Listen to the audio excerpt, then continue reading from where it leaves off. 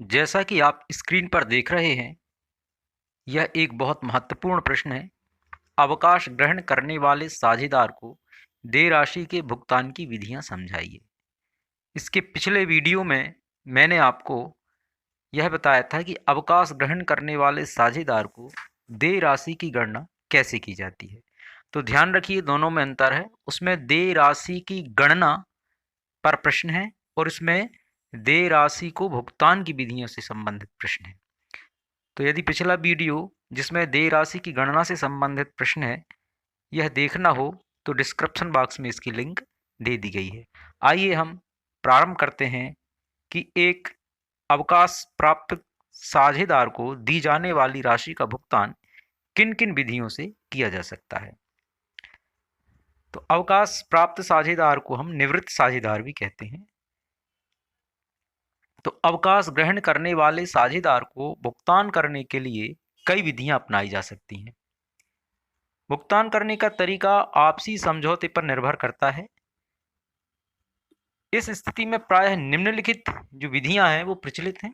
Number 1, कुल राशि का एक साथ रोकड़ी भुगतान करना, मतलब पूरी राशि एक साथ भुगतान कर देना। दूसरा, कुल राशि का वार्षिक किस्तों में भुगतान करना। और तीसरा, वार्षिकी जिसे एन्युटी कहते हैं के द्वारा कुल राशि का भुगतान करना। तो आइए हम तीनों को अलग अलग समझते हैं। सबसे पहली विधि है कुल राशि का एक साथ रोकड़ी भुगतान करना। जब साझेदार अवकाश पर जाता है तो अपनी पूंजी, अपने हिस्से का लाभ तथा संचय का भाग आदि की धनराशि उसी समय मांगता है, तो शेष साझेदार कुल धन राशि का भुगतान तभी कर सकते हैं जब व्यापार में उतनी रोकड़ होती है। मतलब यदि व्यापार में उतनी राशि उपलब्ध है जितनी कि उस निवृत्त साझेदार को दी जानी है, तो इस विधि को अपनाया जाता है। अर्थात पूरी राशि एक साथ नकद भुगतान में दे दी जाती है। यदि व्यापार में रोकड़ नहीं है तो शेष साझेदार अपने अपने निजी धन से रोकड़ लाएंगे या फिर बैंक से ऋण लेकर उसको भुगतान करेंगे। इसके पश्चात अब हम दूसरी पद्धति समझते हैं, जो कि है अवकाश पर जाने वाले साझेदार को किस्तों में भुगतान करना। जब व्यापार में नगद रोकड़ इतनी नहीं है कि अवकाश पर जाने वाले साझेदार को एकदम पूरा भुगतान किया जा सकता हो, तो शेष साझेदार अवकाश ग्रहण करने वाले साझेदार से समझौता करते हैं कि वे उसको किस्तों में भुगतान करेंगे। ऐसी स्थिति में निवृत्त साझेदार के पूंजी खाते के शेष को उसका ऋण मान लिया जाता है। इस बात पर आप ध्यान दें कि जब किस्तों में भुगतान करना होता है, तब इस स्थिति में जो अवकाश ग्रहण करने वाला साझेदार है उसके पूंजी खाते के शेष को उसका ऋण मान लिया जाता है। ऋण पर उसको ब्याज दिया जाता है और जैसे जैसे किस्तों का भुगतान होता जाता है ऋण की राशि कम होती जाती है और ब्याज की राशि भी प्रतिवर्ष कम होती जाती है।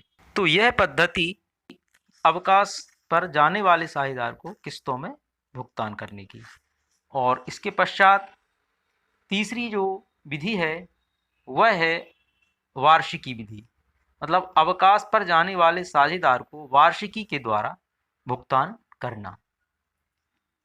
आइए इसको हम समझते हैं कि जब अवकाश ग्रहण करने वाले साझेदार को वार्षिकी द्वारा भुगतान किया जाता है तो फर्म की पुस्तकों में एक वार्षिकी उचंत खाता, एन्युटी सस्पेंस अकाउंट खोला जाता है। इस खाते में निवृत्त साझेदार को कुल देय राशि जमा की जाती है। प्रतिवर्ष एक निश्चित धनराशि का उसको भुगतान होता रहता है। यदि निवृत्त साझेदार की मृत्यु हो जाती है तो उसके वार्षिकी खाते का जो शेष है, इस शेष को सभी साझेदार, मतलब वो साझेदार जो शेष हैं, वह इस रकम को उत्तराधिकारी को वापस नहीं करते, बल्कि अन्य साझेदार इस राशि का लाभ अपना मानकर आपस में पूंजी के अनुपात में बांट लेते हैं। ऐसी धनराशि शेष साझेदारों का पूंजीगत लाभ होती है। तो आज आपने यह समझा कि एक अवकाश ग्रहण करने वाले साझेदार को उसको दी जाने वाली जो राशि है उसे भुगतान करने के कितने तरीके हैं। तो 3 तरीके हैं। पहला तरीका था रोकड़ी भुगतान, नगद भुगतान, लेकिन यह उस समय होगा जबकि फर्म में पर्याप्त धनराशि है। दूसरा वार्षिक किस्तों में भुगतान और तीसरा वार्षिकी या एन्युटी द्वारा भुगतान। यह बताना आवश्यक है कि वार्षिक किस्तों द्वारा भुगतान और वार्षिकी द्वारा भुगतान ये दोनों अलग अलग विधियां हैं। इस पर एक अलग से वीडियो बनाया जाएगा कि दोनों में क्या अंतर है। तो यह वीडियो आपको समझ में आया होगा। शीघ्र मिलते हैं ऐसे ही एक नए वीडियो के साथ। नमस्कार, धन्यवाद।